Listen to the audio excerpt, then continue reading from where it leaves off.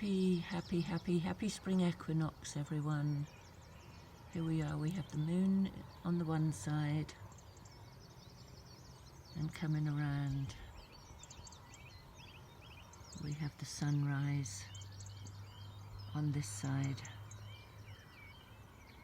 and here we have Glastonbury Tor behind the tree.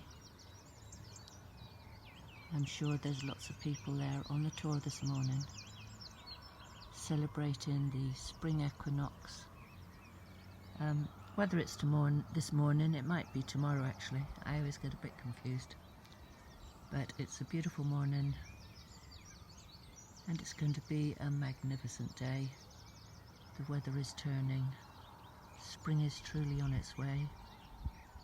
And at Healing Waters we're very busy planting the gardens and making it a beautiful space for everyone. Lots of love and light to you wherever you are on planet Earth, and know that we can make a beautiful and magnificent world together with this incredible light that's coming in right now.